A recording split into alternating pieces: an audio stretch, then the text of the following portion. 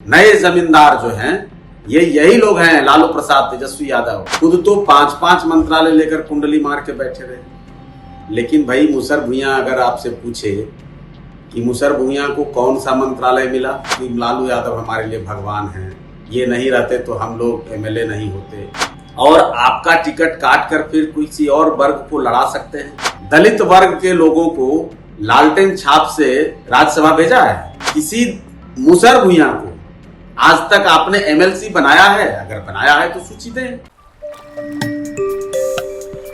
राष्ट्रीय जनता दल ने मुसर भुइयां सम्मेलन किया और बड़े बड़े वायदे किए तेजस्वी प्रसाद यादव जी ने, और उसमें बिल्कुल सबसे बड़ा उनका था कि हम मुख्यमंत्री बनेंगे, ये श्योर रहिए।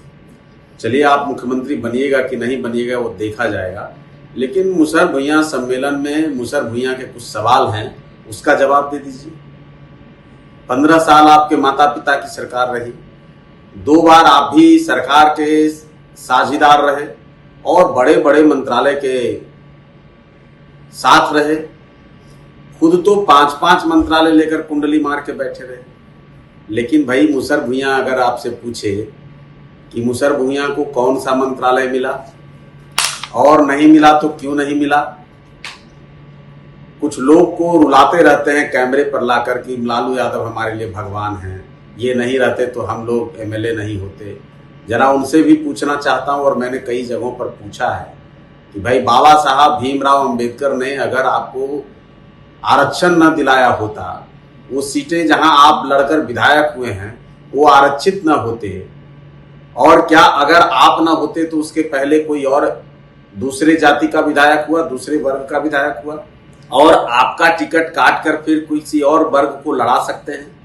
तो दलितों को, अनुसूचित जाति जनजाति के लोगों को तो उन्हीं सीटों पर लालू यादव भी लड़ाते रहे हैं जिन सीटों पर पहले आजादी के बाद 1990 के पहले उन सीटों पर लोग लड़ते रहे हैं। लालू यादव का जिस समय बुनियाद नहीं था उस समय भी दलित वर्ग के लोग बड़े बड़े ओहदेदार हुए, लेकिन लालू यादव के बाद नहीं हुए। जैसे बाबू जगजीवन राम भारत के उप प्रधानमंत्री हुए और बड़े बड़े मंत्रालय को संभाला उन्होंने। राम सुंदर दास जी बिहार के मुख्यमंत्री हुए। आपको भोला पासवान शास्त्री जी बिहार के 3-3 बार मुख्यमंत्री हुए। लेकिन लालू प्रसाद जी जब जेल जाने लगे तब अपनी पत्नी को बनाया। आज जब नेता प्रतिपक्ष बनाने की बात हो, बड़े बड़े मंत्रालय देने की बात हो तो बेटे को बनाते हैं। कहां किसी दलित को आगे करते हैं?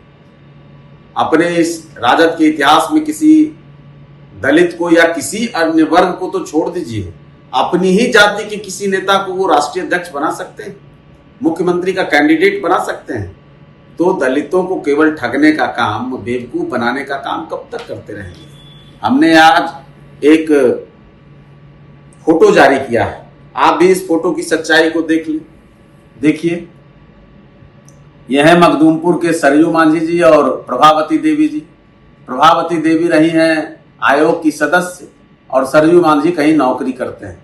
ऐसे परिवार को भी अपने पैरों में किस तरह से लालू यादव गिराए हुए हैं, तो क्या ये लोग आज भी यही चाहते हैं कि मुसर भुइयां का वैसा ही लोग जो इनके पैरों में गिरा रहे, इनकी चाकरी करता रहे, इनके यहां इनकी हर तरह से सेवा करता रहे, वही सदन में जाएगा?